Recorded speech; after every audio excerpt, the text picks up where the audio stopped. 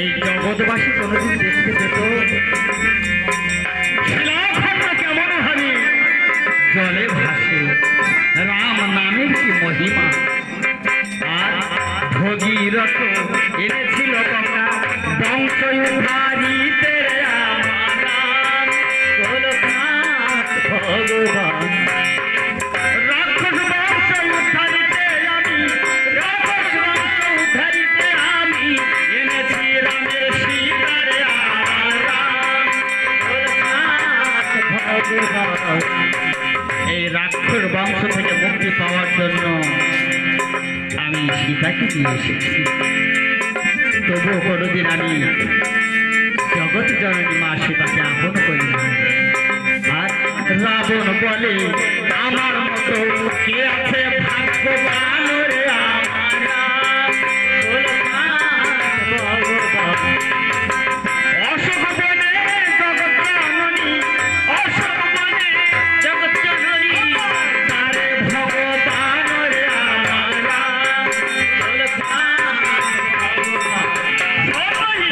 আমার বংশে পুত্র ছিল মাত্র ইন্দ্রজি করে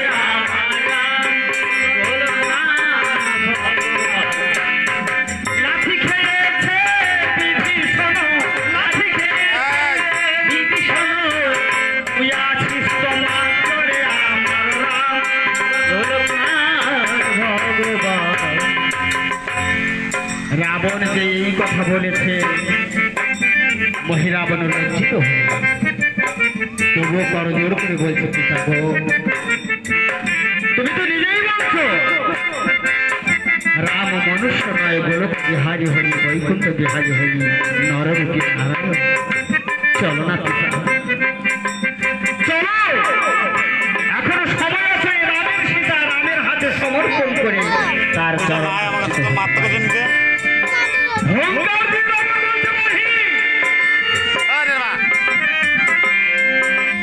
তুমি বুঝতে পারবে না আমার কথা মূর্খ।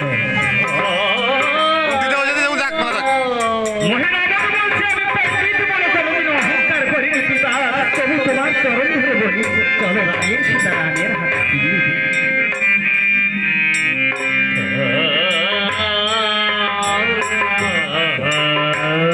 রাবণ বলছে মহি পিতৃবাক্য অলঙ্ঘন করছো, কেমন পুত্র তুমি আমার।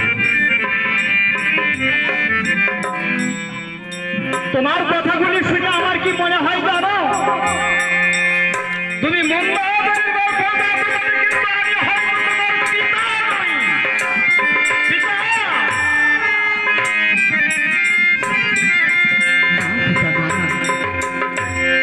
এমন নিষ্ঠুর বাক্য আপনি প্রয়োগ করবেন না।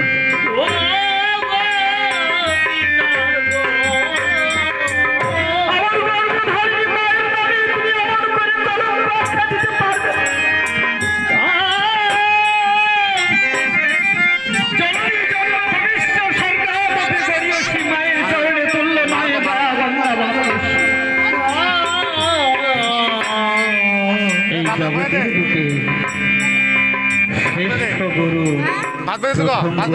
গর্ভধারিণী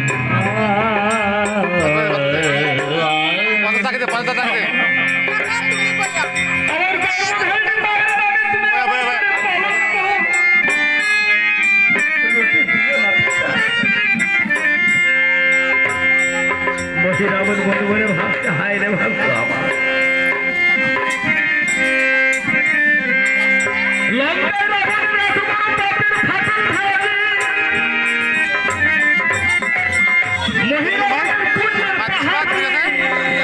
পূর্ণ করা গেল না, তাই তো আমাকে তলিয়ে যেতে হলো অপর পদে।